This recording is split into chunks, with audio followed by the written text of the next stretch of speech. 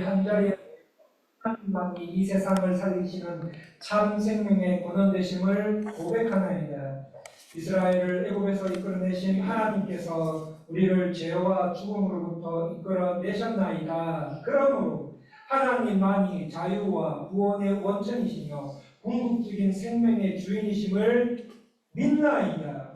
예수 그리스도의 십자가가 아니었으면 우리가 어찌 죄의 용서를 기대할 수 있겠으며 죽은 자로부터의 부활이 아니었던들 우리가 어찌 참된 생명을 희망할 수가 있었겠나이까.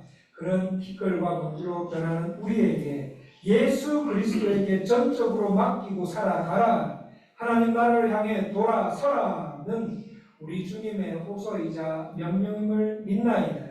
이 모든 것을 허락하신 하나님의 은총을 무엇으로 다 표현하겠습니까? 라는 믿음의 고백으로 드린 11조 헌금, 감사 헌금, 선교 헌금, 건축 헌금, 10년 감사 헌금을 받아 주시옵소서. 또한 우리의 모든 필요를 채우시는 하나님께 감사와 영광을 돌리는 것은 우리의 마땅히 행할 바임을 알고 가져온 저희의 예물과 헌신을 받아 주시옵고 우리로 생명의 주인 앞에 그 약속과 미래 앞에 순종하는 삶을 사는 것으로 주께 드린 예물 협력하셨다는 증거가 나타나게 도와주시옵소서. 그렇게 하실 주님을 찬양하며 예수님 이름으로 기도합니다. 아멘.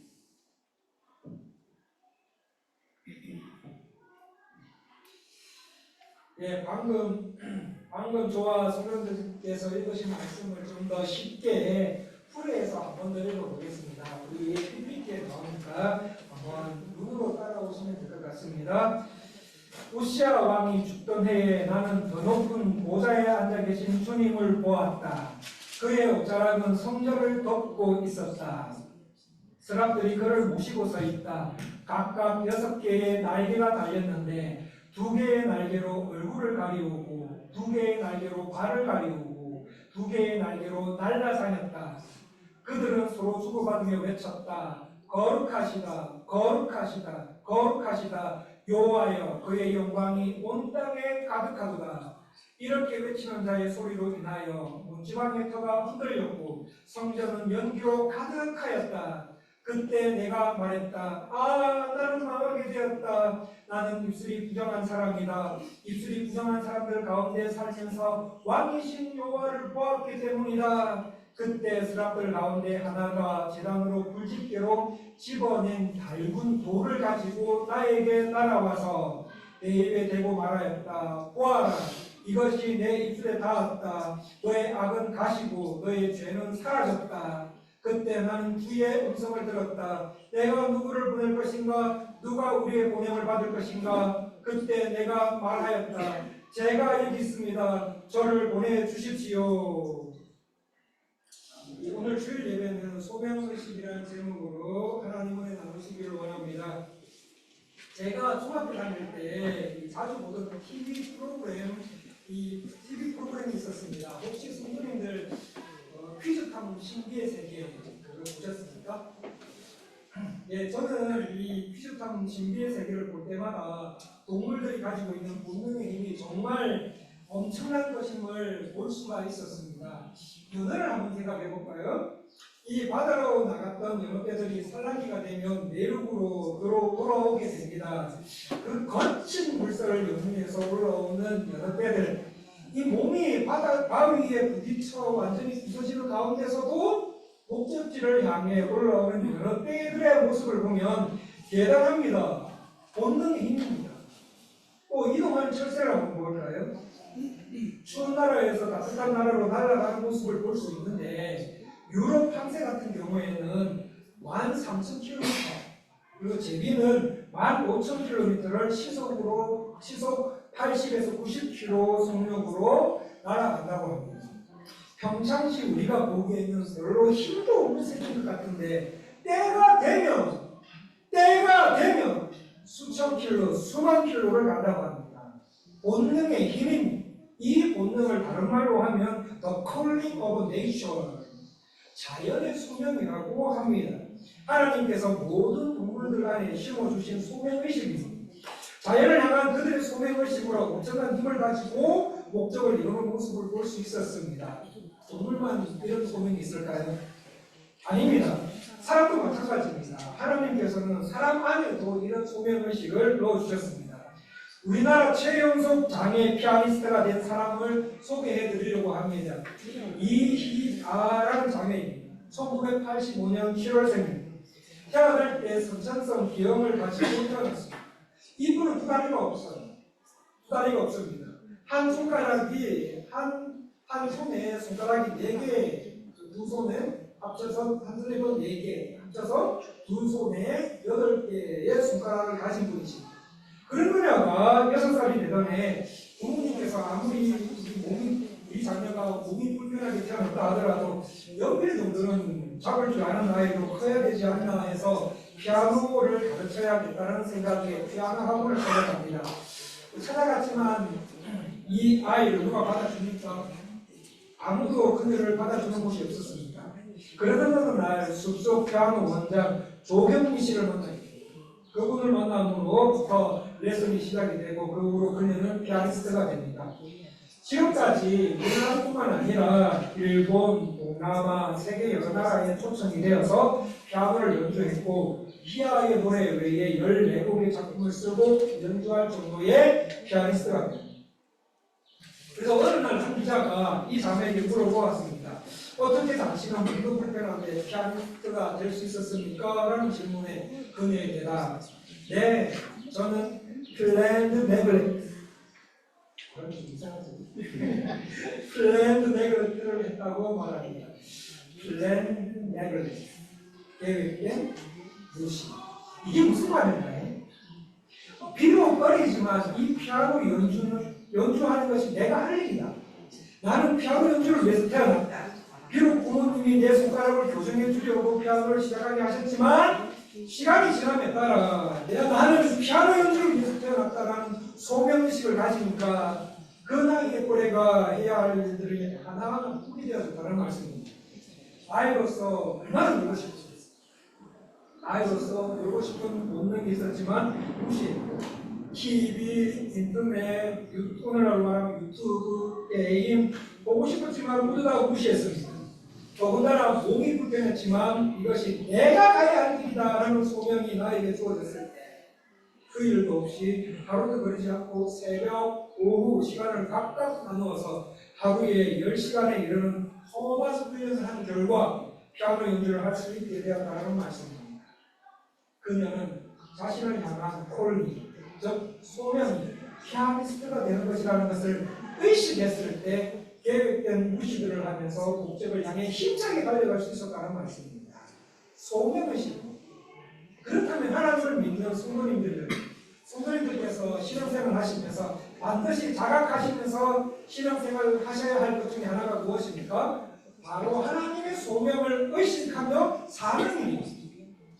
소명의식이 있을 때 우리는 하루하루 삶을 사는 과정 속에서 만나게 되는 어려움과 아픔들을 극복하며 살 수 있고 내 앞에 펼쳐진 장애를 디디고 일어날 수 있는 힘을 소유하게 됩니다. 소명의식 하지 않은 채 교회에 나올 수 있습니다. 당연하게 봉사하고 훈련도 받을 수 있습니다. 그러나 내가 왜 예수를 믿는가? 내가 왜 말씀을 세워받아야 하는가? 내가 왜 세상에 존재하며 일하며 살아가야 되는가?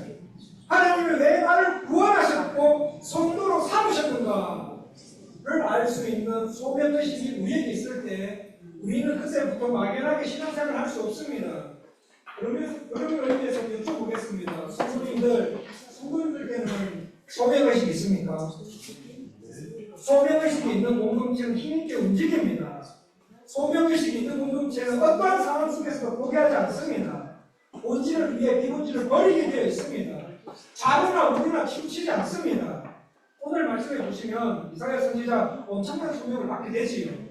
8절 말씀을 보시겠습니다. 내가 또 주의 목소리를 들으니 주께서 이르시되 내가 누구를 보내며 누가 우리를 위하여 갈고 하시니 그때 내가 이르되 내가 여기 있나이다 나를 보내소서 하였잖아.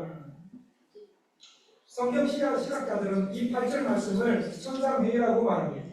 하늘에서 회의하는 내용이다 해서 천상회의. 누가 우리를 위하여 밝고 이 소명에 이사야는 내가 여기 있나이다 나를 보내소서라고 반응합니다. 그리고 이 소명을 받은 이사야는 구약의 선지자 중에서 가장 대표급의 선지자가 됩니다. 한 나라, 이스라엘, 유대 땅, 한 공동체가 완전히 망하는 위기에 처해 있을 때 이사야는 하나님의 주신 메시지를 백성에게 전하고 심판 뒤에 있을 회복의 비전을 백성들에게 제시하는 사람이 됩니다. 그리고 그 회복의 비전을 보는 가운데 하나님의 어린 양 예수 그리스도를 보게 됩니다. 구약의 모든 선지자들보다 예수님을 가장 자세히 묘사하고 확실하게 예언할 수 있는 선지자가 됩니다. 또한 이사야는 이 소명 때문에 한 나라와 한 시대를 섬길 수 있는 힘을 갖게 됩니다. 소명입니다. 소명.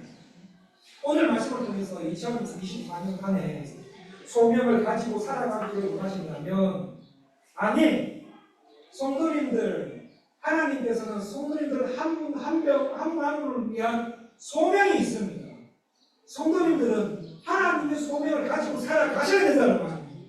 자, 그렇다면 성도로서 하나님의 소명을 의식하며 살아가기를 원하신다면 이사야가 봤던 세 가지를 성도님들도 보셔야 됩니다. 그 첫 번째가 무엇입니까? 온 땅에 충만한 하나님의 영광을 볼 수 있으셔야 됩니다. 1절에서 4절 말씀을 보시겠습니다. 1절에서 4절 말씀 이 구절들은 천상의 모습을 묘사하고 있는 내용인데 특별히 주의 깊게 봐야 할 단어는 1절에 보좌에 앉아 계시는 주님, 그리고 또 1절에 가득 채우는 박자라, 그리고 2절에 서 있는 사람들입니다. 이 세 단어가 모두 히브리어 성경에는 농경 분사형으로 되어 있습니다. 즉 동작의 지속적인 상태를 나타내고 있는 이 말씀으로 과거에도 계속되어졌고 현재에도 계속되어지고 있으며 미래에도 계속되어질 것이라는 의미로 우리 하나님께서는 항상 어제나 오늘이나 미래에도 변함없이 보좌에 앉으셔서 이 땅을 통치하시는 참된 왕으로 계신다. 과거에도 현재에도 미래에도 하나님의 통치하시면 변함이 없다. 1절과 3절을 보시면 우시아 왕이 죽던 해에 이사야 선지자는 온 땅에 충만한 하나님의 영광을 보게 하십니다. 이 당시에 우시아 왕이 살아있을 때에는 솔로몬 이후에 최고의 태평성대를 누렸습니다. 그야말로 최고의 인기를 누리던 우시아 왕이었습니다. 그런 그가 교만해가지고 문둥병으로 죽을 때부터 나라는 이제 급격하게 부패해지고 쇠락해지기 시작합니다. 이 부패한 시기에 하나님은 이사야의 눈을 온 땅에 충만한 하나님의 영광을 보는 쪽으로 돌리십니다. 이 당시의 서민이었던 이스라엘 사람과 그 공동체에 안에서 많은 슬픔이 있었습니다. 많은 슬픔이 있었고 실망이 있었고 절망해야 할 일이 있었고 그 뒤에 살아가는 백성들은 눈물 흘릴 일이 너무너무 많았습니다. 더구나 왕이 죽던 슬픈 시기였습니다. 그렇지만 거기에 사는 이사야의 눈을 이쪽으로 보게 하시는 것이 아니라 온 땅에 가득한 하나님의 영광을 보게 하십니다.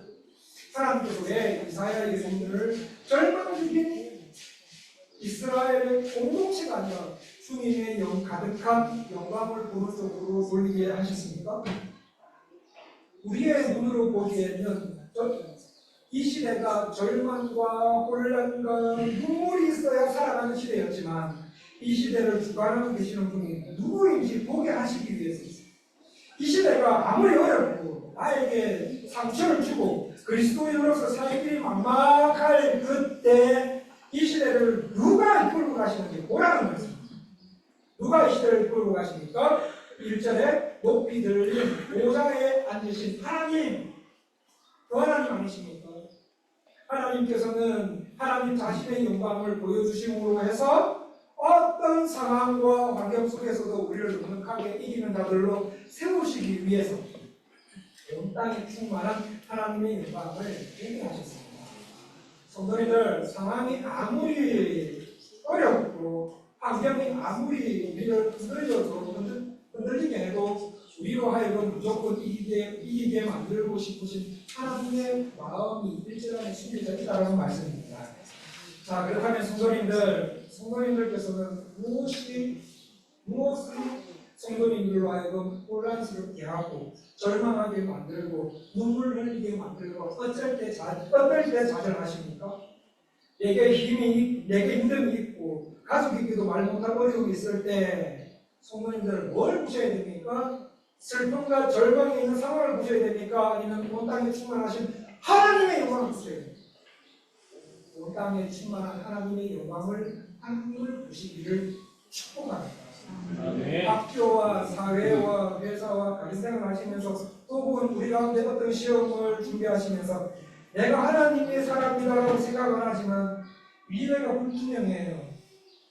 미래에 대한 불확실함과 불안 그 속에 살 때가 있을 것입니다. 그때 성도님들 여전히 하나님은 보좌에 앉으셔서 우리의 인생의 왕이 되시고 우리가 가지고 있는 문제보다 크신 하나님, 우리가 당하고 있는 아픔, 역사의 혼란보다 모든 역사의 주관자 하나님, 나의 삶의 주권자이시고 구원자이신 하나님, 그 영광의 보좌에서 우리를 살피고 계시는 그 하나님을 바라보시면서 사셨으면 좋겠습니다.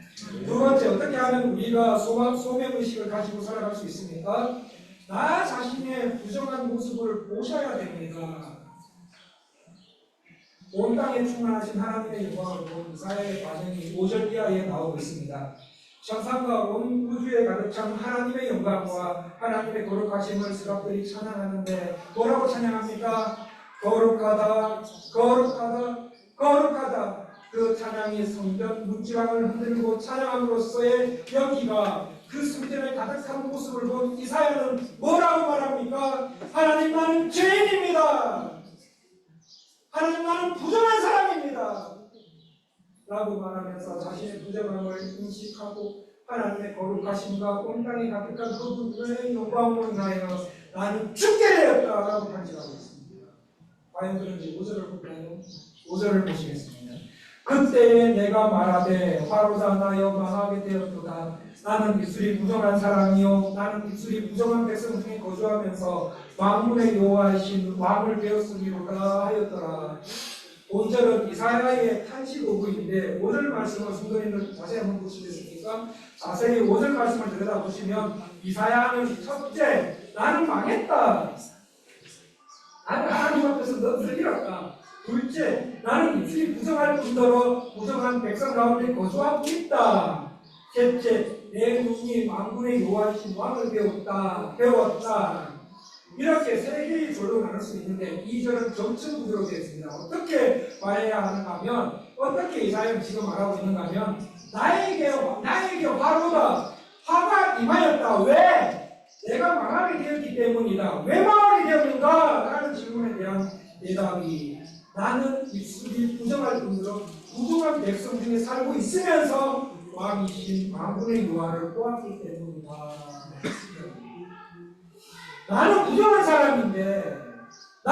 사람인데 감히 영광과 거룩으로 충만하신 여호와 하나님을 보았기 때문에 내가 감당할 수 없는 화가 임할 것이라는 말씀입니다. 이사야는 하나님의 영광 앞에서 너무나도 비참한 자신의 모습, 너무도 부정한 자신의 모습을 보게 되었습니다. 아니, 하나님께서 이사야 안에 있는 그 많은 죄악들을 정렬하라고 보게 하셨습니다. 평소 이사야는 어떻게 생활했을까요? 어떻게 신앙생활했을까요? 평소 이사야는 아마 그렇게까지 자신의 모습을 보지 않았을 것입니다. 선지자였기 때문에 성경 봉사 일을 열심히 했었고 교회 안 빠지고 말씀생활, 기도생활, 신앙생활이 타인의 부분이 될 정도로 아마 잘 쓸 것입니다. 이 정도 신앙생활을 하면은 자신은 꽤 괜찮은 정도라고 생각하며 공동체 안에 있는 다른 사람들에게 교회는 이래야 돼, 성도의 신앙생활은 이렇게 해야 돼 라고 가르쳐주고 평가할 만큼 신앙생활을 잘하고 있다고 생각했을 것입니다. 그런데 하나님의 영광의 빛에 비추어진 자신의 모습을 본 후 이사야의 반응이 무엇입니까? 화로다 나여 망하게 되었도다입니다. 성도님들, 하나님은 우리에게 소명을 주시기 전에 우리 자신이 어떠한 상태로 놓여 있는지 나 자신의 모습을 적나라하게 돌아보게 하십니다. 제가 멕시코 PPT에 한 한인교회 부목사를 갔을 때 그 교회 성도들이 종종 저희를 식사 초대를 해주셨습니다. 그래서 식사 초대로 간 레스토랑, 그 레스토랑이 이제 고급 레스토랑일수록 이 테이블마다 은은하면서도 약간 어두운 조명이 설치되어 있었습니다. 왜 그렇게 살짝 어두운 조명을 하고 있는지 아십니까? 왜 그럴까요? 대강 보라고. 대강 보면은 상대가 이뻐 보일 때가 있죠. 대강 보면은 음식도 맛있게 보일 때가 있습니다. 그런데 거기서 자리를 옮겨서 화장실로 가보면은 화장실은 또 정반대로 유난히 밝게 해놓았습니다. 왜입니까? 자세히 보라고. 화장실 거울로 보면 자신의 얼굴에 화장이 고르게 잘 되어 있는지, 자신 눈 밑에 다크서클이 어느 정도 있는지 다 보입니다. 마찬가지로 우리는 평상시에는 주일날 교회 안 빠지고 교회 봉사도 잘하고 다른 사람들에게 성도란 이 정도 해야 돼, 장로란 이 정도 해야 돼, 목사란 이 정도 해야 돼, 권사란, 집사란, 사모란 이 정도 해야 돼, 교회 찬양은 그래도 이 정도는 해야 되지 않냐, 교회 식사는 이 정도 해야지 괜찮겠지 않겠어 라고 조언할 정도로 꽤 괜찮은 신앙인 듯 하며 살아가지만 하나님의 빛 앞에 이사야처럼 자신을 보면 자신의 부정함으로 인해서 바로다 나여 망하게 되었도다라고 고백하며 두려움마저 느끼게 되어 있는 것이 바로 주의 성도들입니다. 성도님들, 우리는 하나님의 사랑의 대상입니다. 하지만 주의 백성들이 신앙생활하는 가운데 꼭 필요한 요소들이 있습니다. 그 중에 하나가 뭐냐면 하나님 앞에 성도들 자신의 부정함을 깨닫고 회개하는 회개가 있어요. 지금 우리가 살고 있는 세대는 살기 좋습니다. 돈만 있으면은 하나님의 도움 없이도 어쩌면은 넉넉하게 살 수 있을 것 같다는 생각을 하게 만듭니다. 어떻게 보면 사회생활과 가정생활, 각종 시험 준비에 더 바빠서 기도생활과 말씀생활이 뒷전으로 밀려 있을 수도 있을 것이고, 그로 인해 하나님 앞에 영적으로 나 자신이 어떤 상태인지 관심조차 없으면서 무단하게 열심히 살아갈 수도 있습니다. 그러나 이사야를 통해서 분명히 가르쳐 주십니다. 너 부정함을 가지고 공부할래? 너 부정함을 갖고 사역할래? 너 부정함을 가지고 사회생활할래? 너 부정함을 가지고 교회 봉사할래? 너 부정함을 가지고 신앙생활할래? 라고 묻고 계십니다. 하나님은 여러분을 하나님의 사람으로 만드실 때 반드시 해결하시고자 하는 요소 중에 하나는 바로 나 자신의 부정함을 알게 하십니다. 나 자신의 부정함을 알게 하시고 회개하는 죄사함의 과정을 반드시 거쳐야 한다는 말씀입니다.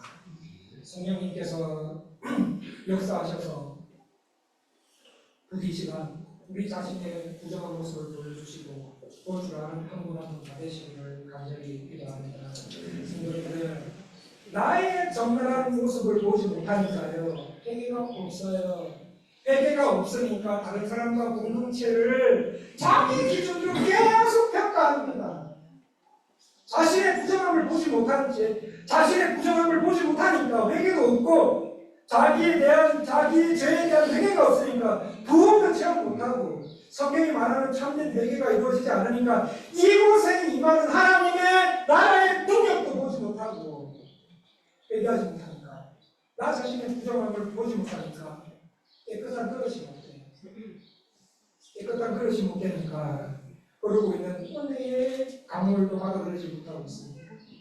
또 하나님 부르시는 소명의식도 작게 들리고, 그 소명의식을 간과해 채 우리는 열심히 세상을 살아가는 경우가 많더라는 말씀입니다. 지금 이사야는 주님이 보여주신 자신의 부정함을 보면서 어떻게 하고 있습니까? 탄식하며 망하게 되었다 나여 만군의 여호와를 배웠다 하면서 탄식하며 오그라지고 있습니다. 성도님들, 하나님으로부터 오는 소명이 있으시려면 하나님의 영광과 거룩의 빛을 우리에게 비추어졌을 때 그 비춤에 더러운 내 자신을 비춰서 하나님께 무릎 꿇는 저와 성도님들이 되셔야 합니다. 마지막 세 번째, 어떻게 소명의식을 가지고 살아가는 성도가 될 수 있습니까? 전적인 하나님의 은혜만 알고 깨닫고 살아가셔야 한다는 말씀입니다. 6절과 7절 말씀을 보시면 그때에 그 서랍 중에 하나가 부젓가락으로 제단에서 잡은 바 핀 숯을 손에 가지고 내게로 날아와서 그것을 내 입에 대며 이르되 보라 이것이 내 입에 닿았으니 내 악이 제하여 졌고 내 죄가 사하여 졌느니라 하더라. 하나님을 찬양하는 서랍들 중 하나가 타오르고 있는 숯을 가지고 내려옵니다. 그리고 그 벌겋게 타오른 돌같이 생긴 그 숯을 가지고 이사야의 입에 대었을 때 이사야는 정결함을 잊게 됩니다. 성도님들 왜 하필이면 이사야의 입술에다가 그것을 대었을까요? 입술은 죄된 정기적인 모습을 나타내고 있습니다. 그래서 벌겋게 타오르는 숯을 이사야의 입에 대었다는 것은 이사야 몸속 구석구석에 있는 모든 죄를 사했다는 것입니다. 그런데 성경은 입술이나 입을 강조하고 있습니다. 왜입니까? 이사야는 이 시대에 말씀을 맡은 자로서 말씀을 맡은 자라서 그래서 이 시대에 말씀을 맡은 자로서 하나님께서 전하라고 하신 말씀만 하나님께서 전하라고 하신 말씀 그 말씀만 순종하고 전하고 순종하며 살아가기 위해서 입술과 몸전체를 깨끗하게 하셔야 합니다. 그러면 이사야의 몸전체를 깨끗하게 한 불은 어디서 나온다고 합니까? 제단입니다. 영어 성경은 알터라고 나옵니다. 이거는 지상 제단이 아니라 하늘의 제단에서 나온다는 거예요. 구약 시대의 제단은 왕이 희생하는 것입니다.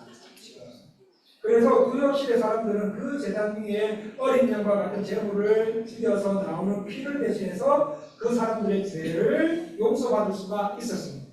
그렇다면 오늘 사는 우리는 누가 대신해서 피 흘려서 나의 죄를 사하여 주셨습니까? 하나님의 어린 양 예수 그리스도이십니다. 주님의 보혈이 흐르는 그곳에서부터 숯을 가지고 나와서 나와 나의 부정한 것을 만져주시고 대여주시니 나를 깨끗하게 만드셨습니다. 예수 그리스도의 능력입니다. 하늘의 제단의 불이 우리의 찌꺼기와 뿌리를 태워지게 하는 것입니다. 성도님들 우리는 절대로 혼자 일어설 수 없는 존재입니다. 우리의 죄가 우리의 노력으로 없어질 수 없습니다. 없고 나를 대신하여 십자가에 돌아가신 예수 그리스도의 피로만 시선받을 수 있는 사람입니다. 우리의 죄는 돌을 닦아도 안 돼요. 돌을 닦아도 안 되고 어떤 수행이나 어떤 종교적인 행사로 없어지거나 정리되지 않습니다. 오직 하나님의 은혜에 있다는 것을 명심하셨으면 좋겠습니다. 하나님의 전적인 은혜로 이사야의 모든 부정한 것을 깨끗하게 하신 후 하나님은 7절에서 선포하십니다. 그것을 내 입에 대며 이르되 보라 이것이 내 입에 닿았으니 내 악이 제하여졌고 내 죄가 사하여졌느니라 하시더라. 하나님의 선포입니다. 선포. 굉장히 큰 의미를 가지고 있습니다. 이 7절 말씀을 뭐라고 하는가 하면 법정이라고 합니다. 하늘의 법정에서 우리를 보시면서 우리의 과거와 현재와 미래를 보시는 재판장 하나님께서 선포하십니다. 그러므로 이제 그리스도 예수 안에 있는 자에게는 결코 정죄함이 없나니 이는 그리스도 예수 안에 있는 생명의 성령의 법이 죄와 사망의 법에서 너를 해방하였습니다. 하고 판결하십니다. 이 판결을 누가 도둑할 수 있겠습니까? 세상 법정 중에는 낮은 법정일수록 에서는 판결이 번복될 수 있지만 높은 법정일수록 헌법재판소까지 올라가면 번복이라는 것은 거의 없습니다. 그런데 그 무엇보다 높으신 하나님의 선포하시면서 우리에게는 결코 정죄함이 없다. 너희에게는 결코 정죄함이 없다고 말씀하십니다. 여러분, 우리는 이것을 은혜로 받아들일 수가 있다는 말입니다. 하나님의 은혜입니다. 은혜. 하나님 앞에 한 시간도 설 수 없었던 모습이었던 나를 하나님의 전적인 은혜로 은혜의 손으로 터치해서 나를 고쳐주시고 이렇게 말씀하십니다. 너는 정죄함이 없다. 너는 정죄함이 없어. 세상 사람들이 너를 뭐라 하니까는 너는 내 아들이다. 너는 정죄함이 없다. 세상에서는 세상이 너를 쓸모없는 인간이다. 무능력한 인간이다. 부족한 인간이다. 그거 다 거짓말이에요. 저는 정지하고 싶습니다. 저는 해방되었다. 저는 해방되었다. 저는 해방되었다. 이렇게 세 번. 이 세 가지를 본 이사야서 그때부터 하나님의 소명에 부르시면 그렇게 됩니다. 말씀을 듣겠습니다. 잘 나갔던 우시아 왕이 죽은 후에 남쪽 유다와 이스라엘의 상황은 아모스 선지자의 말을 들리지 않게 되었습니다. 돈을 받고 의로운 사람을 팔고 신한 켤레값에 가난한 사람을 팔았다. 그들은 힘없는 사람들의 머리를 흙먼지 속에 쳐넣고 짓밟고 겸손한 사람들을 무시하고 아버지와 아들이 창녀를 찾아다니며 나의 거룩한 이름을 더럽혔다. 또한 그들은 하나님의 성전에서 벌금으로 거두어들인 포도주를 마시는 하였다라고 말하면서 당시 사회는 공법과 정의가 사람을 통치는 치고되는 시대가 되고 있습니다. 종교적으로 어땠을까요? 호세아 선지자의 말을 빌리면 이렇습니다. 이 땅에는 진실도 없고 사랑도 없으며 나를 하나님으로 아는 지식도 없다. 또한 맹세하고도 지키지 않고 저주와 사기와 살인과 강도질과 가늠이 꼬리에 꼬리를 물고 간다. 사욕과 학살이 거칠 사이가 없었다라고 증언해주고 있습니다. 오늘 말씀을 준비하면서 지금 루시아 왕 죽은 이후의 시대의 특별한 국제관계와 먹고 먹기는 약육강식의 세계와 또 이사야와 동시대 인물인 아모스와 미가와 호세아 선지자의 말을 성경을 통해 읽고 들었을 때 그 당시나 지금이나 사회적으로 종교적으로 부패한 것이 별 차이가 없이 점점 일치해가고 있는 것을 느꼈습니다. 이사야가 살던 당시 시대의 분위기가 별반 차이가 없다면 하나님의 백성이 우리는 이 세상에 살면서 그냥 교회에 나오시겠습니까? 그냥 교회에 나오시고 그냥 종교생활 하시고 그냥 가정생활 하시고 그냥 직장생활 하시고 그냥 결혼하고 그냥 신앙생활에서 하나님을 나가시겠습니까?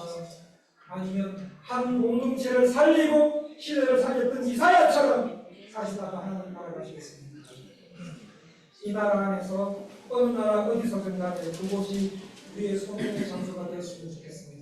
직장생활을 하시든지 사업생활을 하시든지 주부활동을 하시든지 그 어느 곳에 사시든 간에 성도님들 한 분 한 분을 통해서 직장이, 학교가, 사회가, 교회가 더 하나님 나라로 변해가는 역사가 일어나기를 간절히 소망합니다.